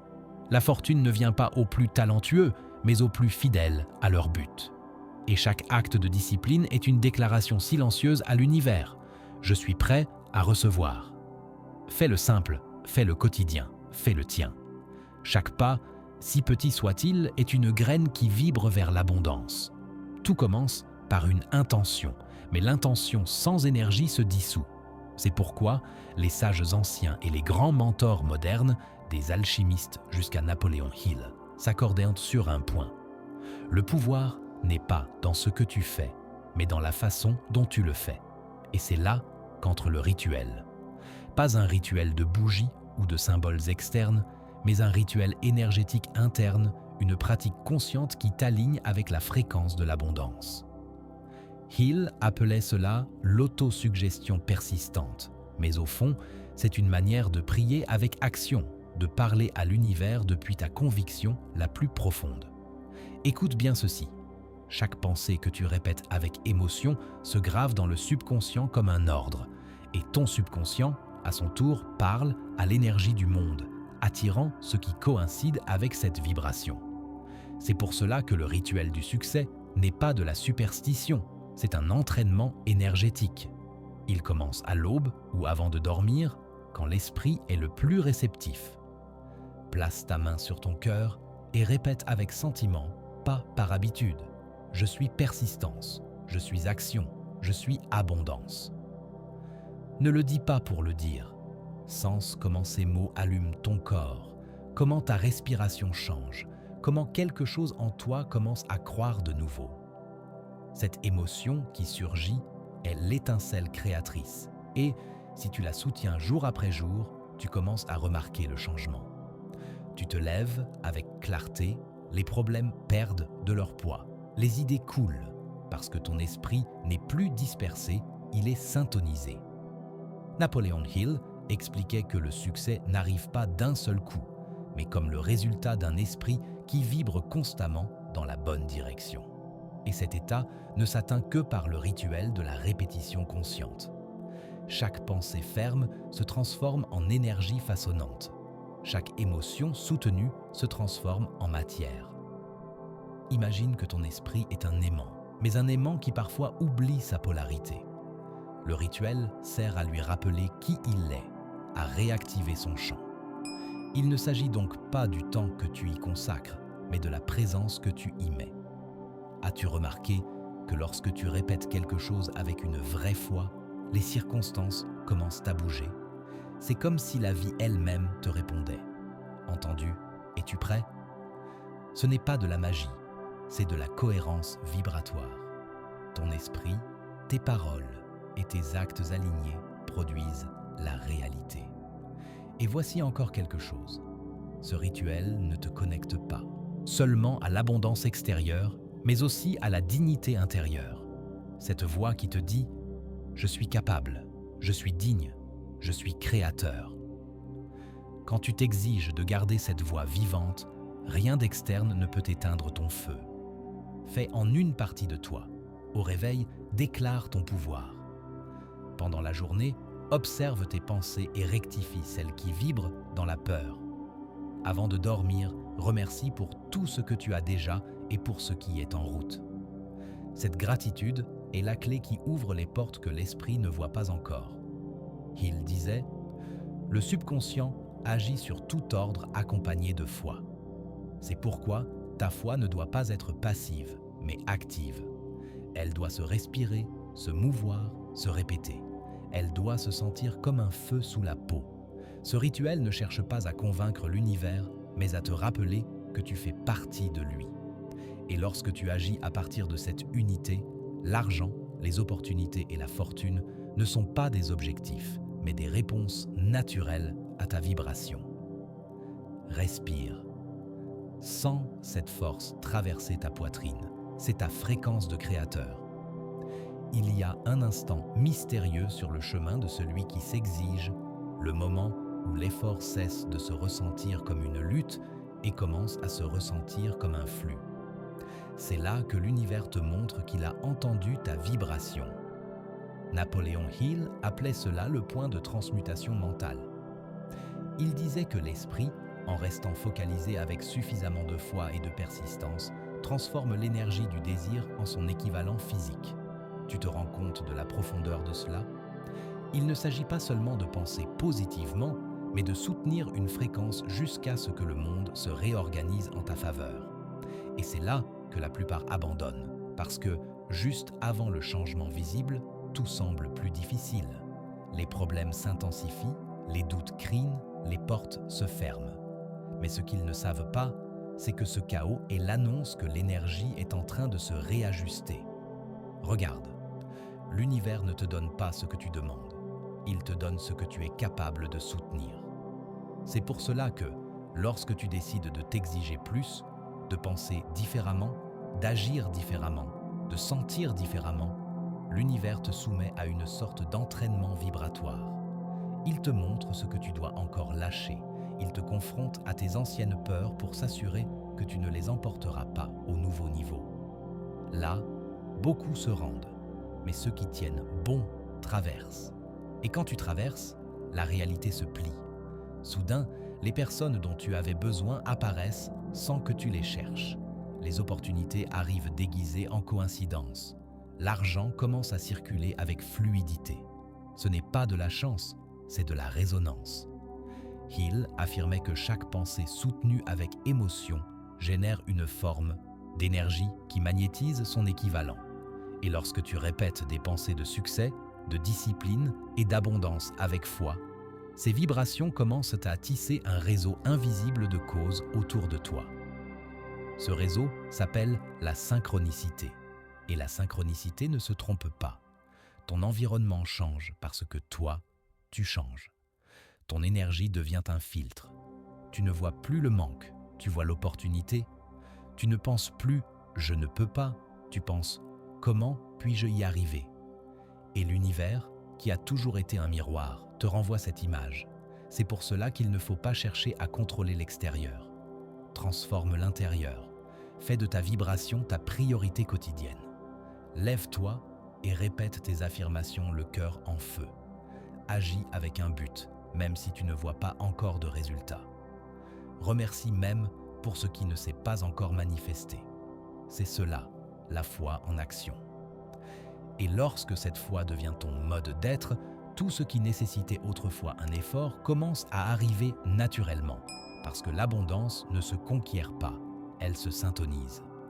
L'argent, les idées, les alliés, les miracles, tous répondent à une même mélodie, ton état intérieur. Donc, lorsque tu as l'impression que rien ne se passe, demande-toi, quelle énergie suis-je en train d'émettre, celle de celui qui doute ou de celui qui a déjà décidé, celle de celui qui attend ou de celui qui vit déjà dans la certitude. Chaque choix vibre et chaque vibration construit ou détruit. À toi de choisir laquelle tu vas émettre. Reste ferme. Ne t'arrête pas quand il semble que rien ne change. Souviens-toi, la graine ne cesse pas de pousser simplement parce qu'elle n'a pas encore percé le sol. Tout est en mouvement. Et si tu continues à t'exiger de vibrer haut, la vie n'aura pas d'autre option. Elle devra se rendre à ta fréquence. Respire. Sens le feu en toi. Ce feu est ton signal. Il arrive un point sur le chemin où tu ne cherches plus à attirer la richesse parce que tu es toi-même devenu richesse. Et c'est cela, le véritable secret que Napoléon Hill a voulu révéler dans Piens y Hagas Rico. Il n'a jamais dit « travaille plus dur que tous les autres ». Il a dit « deviens le type de personne capable de soutenir la richesse ». Parce que ce que tu attires ne dépend pas seulement de ton effort, mais de ton identité énergétique. Pense à cela. Si une personne avec un esprit de rareté reçoit une fortune, elle la perd. Mais si une personne dont l'esprit est entraîné à l'abondance touche la ruine, elle la transforme en or. Pourquoi ? Parce que la richesse n'est pas dans ce que tu possèdes, mais dans ce que tu es. Quand tu commences à t'exiger de la cohérence entre ce que tu penses, ce que tu ressens et ce que tu fais, quelque chose change pour toujours. Tu ne te contentes plus de désirer, tu deviens la cause. C'est toi qui émets le signal, toi qui vibres sur une fréquence élevée, toi qui crées. Napoléon Hill parlait de cela lorsqu'il évoquait l'état d'esprit du succès, un état où la foi, l'intention et l'action se fondent. Et il disait que cet état n'est pas un hasard, il s'apprend, se pratique, se consolide. Comment le consolidons-nous, toi et moi ? Avec des habitudes sacrées, de petits actes quotidiens qui te rappellent que tu es un aimant de prospérité. Non pas des actes mécaniques, mais des rituels d'identité. Par exemple, chaque fois que tu pèses quelque chose, répète mentalement « l'argent que je donne revient multiplié ». Chaque fois que tu vois quelqu'un réussir, dis « cette abondance m'appartient aussi, car nous faisons partie du même champ ». Chaque fois que tu accomplis quelque chose, petit ou grand, affirme « ce n'est qu'un avant-goût de ce qui est déjà en chemin ». Tu vois, tu ne programmes pas le monde, tu te reprogrammes toi. Et lorsque tu le fais, ta vibration devient si stable que l'univers te reconnaît instantanément. Tu n'es plus celui qui demande, tu es celui qui émet du pouvoir. Être abondance, ce n'est pas tout posséder, c'est savoir que tu fais déjà partie du tout. Et à partir de ce savoir, tout vient sans lutte, sans effort inutile. Il y a une image magnifique souvent utilisée, celle du mineur qui creuse pendant des années, se rend et abandonne sans savoir qu'il se trouvait à 3 pas de l'or. Combien de fois faisons-nous la même chose ? Nous arrêtons juste au moment où le champ énergétique était sur le point de s'ouvrir. C'est pour cela que l'exigence n'est pas un châtiment, c'est la foi en action. C'est te dire, je vais maintenir ma vibration jusqu'à ce que l'univers n'ait plus d'autre option que de s'aligner. Et quand tu arrives là, il se passe quelque chose. Tu ne t'inquiètes plus des résultats immédiats parce que tu vis dans la certitude que tout est en train d'arriver. Cette certitude devient ton identité. Tu n'agis plus depuis le manque, mais depuis la plénitude. Tu ne travailles plus pour l'argent, mais pour le but. Et l'argent vient tout seul. C'est le secret final que beaucoup lisent, mais que peu appliquent. Ne poursuis pas l'abondance, deviens l'abondance. Ainsi, chaque respiration devient manifestation. Chaque parole, un décret. Chaque action, une signature énergétique qui dit « Je suis la richesse en mouvement ». Et lorsque cela se produit, l'univers s'incline, non parce qu'il te doit quelque chose, mais parce que toi et lui ne faites plus qu'un. Maintenant, respire profondément. Sens la vibration dans ta poitrine, ne te contente pas d'imaginer le futur. Sens-toi déjà en lui. C'est la création pure. Lorsque tu atteins un nouveau niveau de vibration, quelque chose de curieux se produit. L'univers t'observe et te met aussi à l'épreuve parce qu'à chaque fois que tu t'élargis, l'ancienne énergie tente de revenir. Les anciennes habitudes, les pensées de doute, les personnes qui ne comprennent pas ton processus. Et là, entre ta nouvelle mission, protéger ta fréquence. Napoléon Hill l'a averti dans Piens y Agace Rico. La pensée dominante de ton esprit devient une réalité physique, mais pour qu'elle demeure, elle doit être protégée des influences négatives. Tu vois, il ne suffit pas de créer l'abondance, il faut la maintenir vivante. Et pour cela, tu dois construire une forteresse invisible, une sorte de bouclier énergétique fait de conscience et de discipline. Ce bouclier ne se forge pas avec la peur, mais avec la clarté. C'est la décision quotidienne de ne permettre à rien d'externe de définir ton état interne. Car si ton pouvoir vient de l'intérieur, aucun chaos externe ne peut te renverser. Il y a 3 fuites d'énergie qui détruisent l'abondance. Le doute qui coupe le flux de la foi, la comparaison qui éteint ta gratitude, la peur qui interrompt ton action. Et si tu t'observes avec honnêteté, tu verras que lorsque tu tombes dans l'une de ces 3, ta vibration descend. C'est pour cela que tu dois t'entraîner à détecter ces fuites avant qu'elles ne te volent ton énergie. Comment faire? Avec de petits rituels de conscience. En sentant le doute, répète « Tout fonctionne, même si je ne le vois pas encore ». En te comparant, rappelle-toi, l'abondance ne concurrence pas, elle s'étend. En sentant la peur, dis « La peur n'est qu'une énergie mal dirigée. Maintenant, je la canalise dans l'action ». Chaque phrase est une clé qui te ramène au centre. Chaque affirmation réaffirme ton pouvoir. Et quand tu répètes ces actes avec constance, ton champ énergétique se renforce. Tu ne réagis plus à la vie, tu la diriges. Ce que les autres pensent ou font ne t'atteint plus. Tu vis dans ta fréquence. Hill le savait. L'homme qui domine son esprit devient un aimant pour tout ce qu'il désire. Cette maîtrise n'est pas un contrôle rigide, mais une autoconscience fluide. C'est comprendre que le monde répond à toi, pas l'inverse. Imagine ton esprit comme un temple. Chaque pensée que tu laisses entrer est un visiteur. À qui ou à quoi ouvre, tu la portes chaque jour.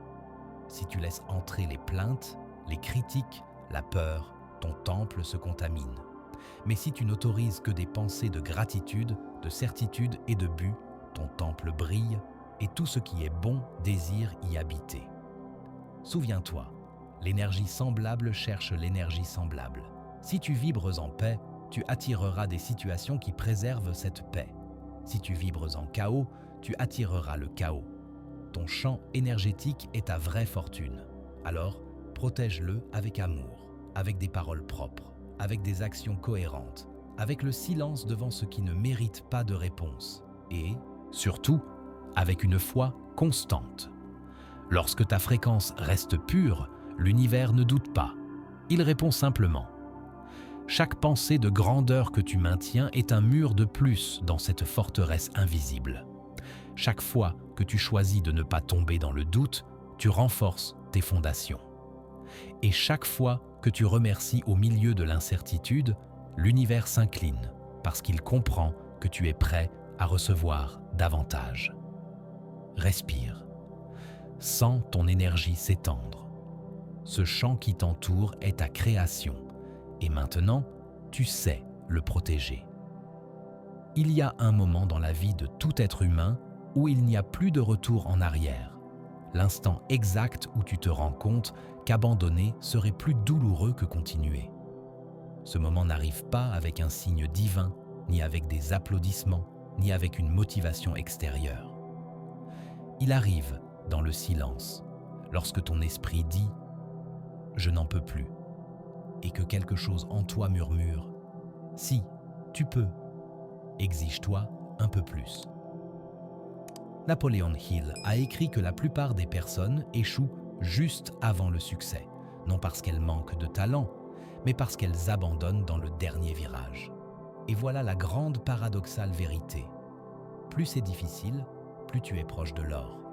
Ton esprit te mettra à l'épreuve, ton environnement te mettra à l'épreuve, ton âme te mettra à l'épreuve. Et si tu résistes, si tu avances même lorsque tes jambes tremblent, si tu maintiens ta vision alors que le monde s'écroule, cette énergie se transforme en un aimant qui attire fortune, opportunité et pouvoir. Parce que l'univers ne récompense pas celui qui désire, il récompense celui qui s'exige. Pas celui qui rêve, mais celui qui exécute avec discipline, même lorsque l'enthousiasme a disparu. Pas celui qui parle de ses objectifs, mais celui qui se lève, transpire, saigne et les construit. Hill disait que chaque difficulté porte en elle la semence d'un bénéfice égal ou supérieur, mais que cette semence ne germe pas seule. Elle exige que tu deviennes le terrain fertile, que tes pensées soient d'art les rayons du soleil et tes actions, l'eau constante qui ne laisse pas mourir le rêve. S'exiger ne signifie pas se maltraiter, cela signifie se reconnaître comme créateur, comme quelqu'un qui a le pouvoir de façonner la réalité avec sa volonté. Tu veux la fortune? Alors domine-toi. Tu veux le pouvoir? Alors renonce aux excuses. Tu veux la paix? Alors agis avec but, pas avec précipitation. Le succès n'arrive pas quand tu es prêt, il arrive quand tu oses. Et c'est dans ce saut dans le vide, quand l'esprit a peur mais que l'âme pousse, que se déclenche la véritable loi d'attraction, celle du mérite conscient. Parce que l'univers ne remet rien à celui qui ne s'exige pas de prouver qu'il peut le soutenir. La fortune ne vient pas à celui qui l'attend, elle vient à celui qui la provoque. Et chaque fois que tu t'exiges au-delà de ton confort, tu ouvres une porte invisible que les autres ne peuvent pas voir. Une porte qui conduit à ta version la plus puissante, la plus courageuse et la plus libre. Alors, aujourd'hui, avant de dormir, regarde-toi dans le miroir et demande-toi: est-ce que je m'exige suffisamment pour mériter ce que je demande? Et si la réponse est non, lève-toi demain avec une seule mission: être inarrêtable. Parce que lorsqu'un esprit discipliné s'unit à un but ardent, l'univers se rend devant lui et tu es à un pas de ce point de non-retour. Franchis la ligne, non avec peur, mais avec la certitude que, de l'autre côté, t'attend la fortune dont personne ne t'a parlé, mais qui t'a toujours appartenu. Tout change lorsque toi, tu changes. C'est la vérité que Hill a voulu laisser au monde. Il n'y a ni chance, ni destin, ni coïncidence. Tout est cause et effet. Et tu es la cause, la racine de ta richesse, de tes relations, de tes réussites, de ta liberté. Tout naît en un point, la décision de t'exiger plus que ce que les autres croient moche possible. L'univers ne répond pas au désir faible, mais à l'engagement absolu. Cet engagement qui ne se négocie pas, ce feu qui te fait dire « Je ne m'arrêterai pas jusqu'à ce que mon esprit, mon corps et mon esprit soient alignés avec la grandeur que je mérite. » C'est cette attitude qui crée les fortunes, pas celle de celui qui attend, mais de celui qui agit avec une conviction si profonde que le monde est obligé de lui ouvrir un passage. Parce que lorsque tu t'exiges avec un but, ce n'est pas seulement toi qui changes. Ton environnement change, tes vibrations changent, ton destin change. Hill a appelé ce phénomène la transmutation du désir en son équivalent physique. Et cela se produit lorsque la pensée cesse d'être un rêve et devient un ordre mental irréversible. Quand tu n'es plus en train d'essayer, mais d'être. Être richesse, être succès, être expansion, être pouvoir. C'est cela, s'exiger, non pas depuis l'épuisement, mais depuis la clarté que tu es venu dans ce monde pour manifester, pas pour te contenter de peu. Regarde en arrière, pense à tout ce que tu as déjà surmonté, à toutes les fois où la vie t'a mis à genoux et où tu t'es relevé. Cette force ne s'est pas perdue, elle s'est accumulée en toi. Et aujourd'hui est le moment de l'utiliser, de transformer ton histoire en catapulte, d'exiger de l'univers ce qui te revient, mais avec la même force avec laquelle tu t'exiges à toi-même chaque jour. Parce que la fortune ne vient pas par hasard, elle vient par vibration.